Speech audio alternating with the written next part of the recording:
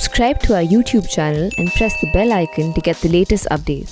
Chairman DRDO Shri Satish Reddy, Indian air force के सारे officers, family members, armed forces के सभी वेटरन्स, ट्रेनिंग एकेडमी के ऑफिसर्स एवं स्टाफ, कैडेट्स के माता पिता एवं परिवारजन जो इस कार्यक्रम को वर्चुअली लाइव देख रहे हैं एवं अन्य देवियों व सज्जनों, आज इंडियन एयरफोर्स एकेडमी की पासिंग आउट परेड में आप सभी के बीच आकर मुझे बेहद खुशी है और मैं स्वयं को गौरवान्वित भी महसूस कर रहा हूं।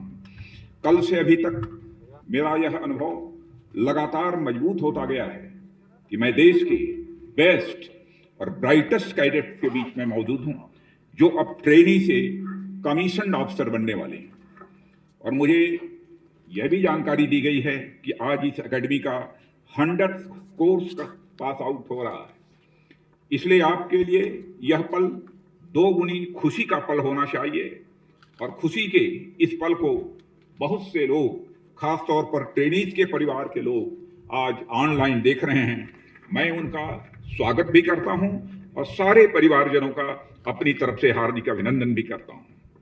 Indian Air Force, army, navy, coast guards और हिंदुस्तान एरोनॉटिक्स लिमिटेड के ट्रेनीज को ट्रेनिंग देने वाली हाईली रिप्यूटेड एकेडमी ने देश को एक से एक बढ़कर शानदार ऑफिसर्स दिए हैं और इन ऑफिसर्स ने न केवल अपना बल्कि भारत का नाम भी ऊंचा किया है, रोशन किया है। आप भी जैसे ही अपने कदम इस एकेडमी के बाहर रखेंगे, न केवल आपके कमांड की बल्कि पूरे देश की निगाहें आपके ऊपर होंगी। आपको भी उसी नक्शे कदम पर चलते हुए देश के मान, सम्मान और स्वाभिमान की सुरक्षा के लिए हमेशा तैयार रहना होगा। अपने देश के प्रहरी होने का गौरव और जिम्मेदारी बड़े सौभाग्य की बात होती है। मुझे पूरा भरोसा है कि इस जिम्मेदारी का पूरी मुस्तैदी और ईमानदारी से आप निर्वाह करेंगे। आज जब वायुसेना की यह प्रतिष्ठित एकेडमी अपनी गोल्डन जुबली से बस कुछ कदम दूर है, हम संकल्प लें कि अपने राष्ट्र की सुरक्षा, सम्मान और उसके प्रति समर्पण को नई ऊंचाइयों पर ले जाएंगे। देश की रक्षा का हमारा दायित्व और कर्तव्य सर्वोपरि होगा और हम किसी भी परिस्थिति के लिए हमेशा तैयार रहेंगे। अभी जब आपकी परेड मेरे सामने से होकर गुजर रही थी, तो मैं उसमें अपने देश को आगे बढ़ता हुआ सुनहरा और सुरक्षित भविष्य में देख रहा था। हाई क्लास की आपकी ड्रिल, आपका टर्नआउट और सबसे इंपॉर्टेंट आपके इतने नपे तुले और सधे हुए कदमों की कदम ताल, आई वुड लाइक टू से इन अ सिंगल वर्ड, एक्सलेंट।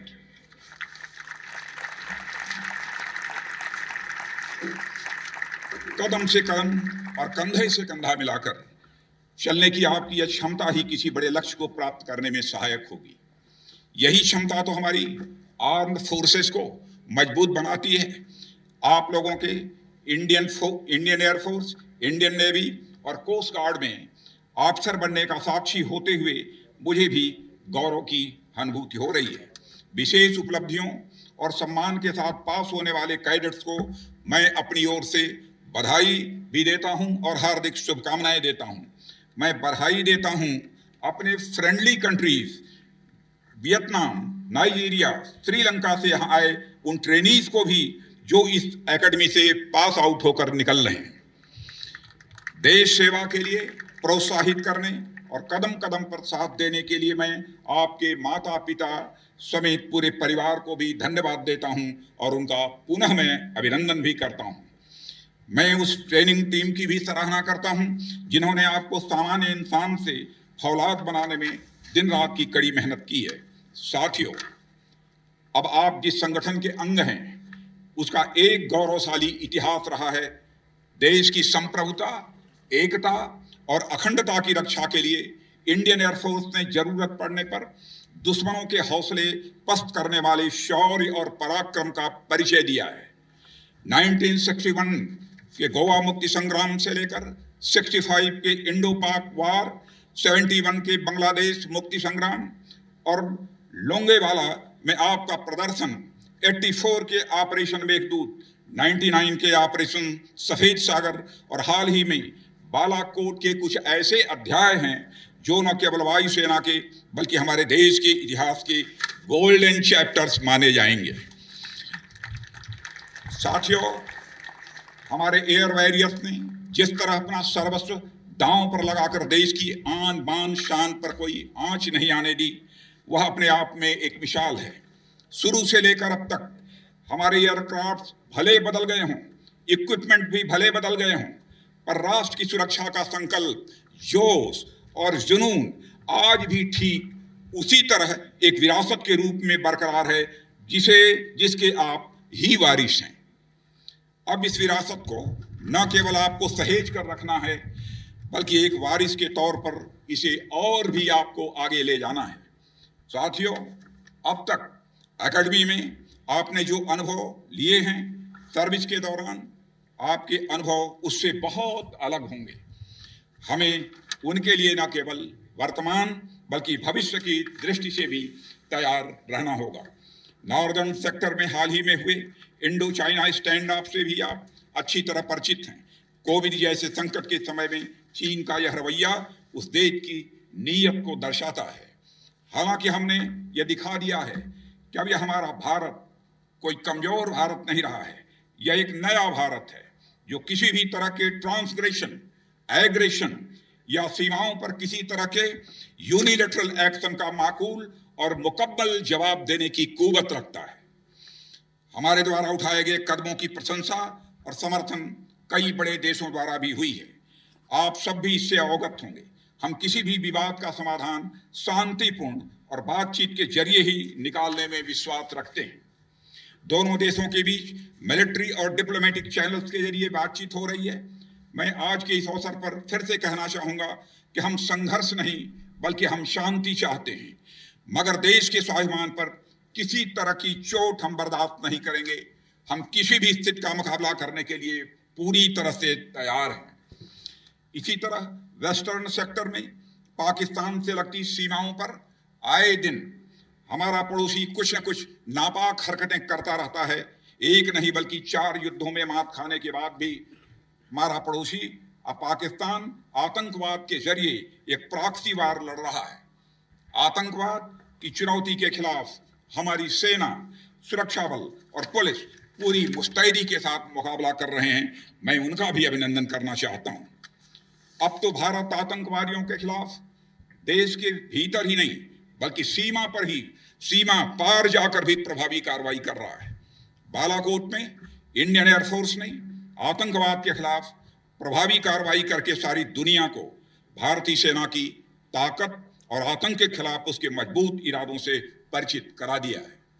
साथियों, अब युद्ध के तरीके लगातार बदल रहे हैं और हमें उसी के हिसाब से खुद को ढालना आवश्यक होगा। साथ ही इन चुनौतियों का दायरा भी बहुत व्यापक हुआ है। आज देश के सामने चुनौती केवल सरहदों या समंदर के रास्ते ही नहीं बल्कि स्पेस और साइबर स्पेस के रास्ते भी आ सकती है। और मैं मानता हूं कि आने वाले दिनों में डिफेंस केवल जल, थल, वायु की रक्षा तक ही सीमित नहीं रहेगा। यह एक ऐसा डायनेमिक चैलेंज होगा जिसके लिए हमें आने वाले दिनों में खुद को तैयार करना होगा। इसलिए अपने आप को लगातार अपडेट रखना आज के समय की जरूरत है। आने वाले संघर्षों में और बेहतर करने के लिए आपके अंदर एक सोल्जर ही नहीं, एक स्कॉलर का भी होना यह जरूरी है। इसलिए आप सभी टेक्नोलॉजी और मिलिट्री स्ट्रेटजीज की अपनी नॉलेज को अपडेट करते रहें। आर्टिफिशियल इंटेलिजेंस पर भी आपकी पूरी तरह से महारत होनी चाहिए। मेरा सुझाव है कि आप इतिहास से सीखें, वर्तमान में जानें और भविष्य की आप तैयारी करें। साथियों, हमारी आर्म्ड फोर्सेज की सेवा का दायरा केवल युद्ध तक ही सीमित नहीं है। हमारी वायुसेना ने राष्ट्रीय, अंतर्राष्ट्रीय स्तर पर अनेक ऐसी जिम्मेदारियां निभाई हैं जो हमारी रक्षा तैयारियों को सुनिश्चित करने के लिए बेहद महत्वपूर्ण है। वह चाहे पीस ऑपरेशन हो, ह्यूमैनिटेरियन एड हो तथा आपदा राहत कार्य हो, इंडियन एयरफोर्स की उसमें बहुत ही महत्वपूर्ण भूमिका रही है। इंडियन एयरफोर्स आज देश में फोर्स मल्टीप्लायर के साथ साथ सप्लाई लाइंस की मजबूती के लिए भी काम कर रही है। आज लद्दाख में मौजूद हमारी सेनाएं जरूरी हथियारों, इक्विपमेंट, कपड़े और राशन से लैस हैं, तो उसमें इंडियन फोर्स का पूरा कंट्रीब्यूशन है, यह मैं दो टूक शब्दों में कहना चाहूंगा। सुदूर क्षेत्रों में हमारा सैनिक पूरे जोश के साथ तैनात है, तो उसके पीछे यह आत्मविश्वास है कि किन्हीं भी कठिन परिस्थितियों में इंडियन एयरफोर्स हमारे साथ खड़ी होगी। भारतीय नागरिक भी देश दुनिया में कहीं भी अगर मुसीबत में फंसते हैं तो उनके अंदर एक विश्वास रहता है कि हमारी सेनाएं उनके बचाव के लिए निकल चुकी होंगी। हमें नागरिकों के इस भरोसे को कायम रखना है। साथियों, हमारी सरकार ने आर्म फोर्सेस के अंदर एम्पावरमेंट और इंडिजनाइजेशन को बढ़ावा देने के लिए हाल के दिनों में कई महत्वपूर्ण कदम उठाए हैं। हमारी वायुसेना भी इससे अछूती नहीं है। एक तरफ जहां हमने indigenous light combat aircraft Tejas को इंडक्ट और ऑपरेशनलाइज किया है, वहीं दूसरी ओर 5th generation multi role fighter plane Rafale को भी शामिल किया है। इससे एयरफोर्स की कैपेबिलिटीज तो बढ़ी ही है, साथ ही एयरफोर्स में एक नया कॉन्फिडेंस भी बिल्डअप हुआ है। हाल में डिफेंस में FDI लिमिट में बढ़ोतरी, डिफेंस मैन्युफैक्चरिंग की नई पॉलिसी, ऑर्डिनेंस फैक्ट्री बोर्ड का कॉर्पोरेटाइजेशन जैसे कई कदम रिफॉर्म की दृष्टि से उठाए गए हैं।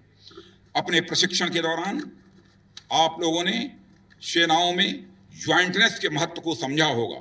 जिस समय आप यह महत्व अपनी किताबों में पढ़ रहे थे, लगभग उसी समय हमारे प्रधानमंत्री श्री नरेंद्र मोदी जी लाल किले से सेनाओं में ज्वाइंटनेस बढ़ाने वाले कदमों की घोषणा कर रहे थे।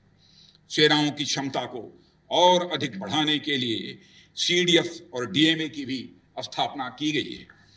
आप लोगों को बताते हुए साथियों, मुझे बेहद खुशी हो रही है कि एयर डिफेंस और मैरीटाइम कमांड के बारे में सोच विचार एडवांस स्टेज पर चल रहा है, जो आने वाले समय में हमारी सेनाओं को इंटीग्रेटेड और कॉम्प्रिहेंसिव तरीके से काम करने में काफी सहूलियत देगा।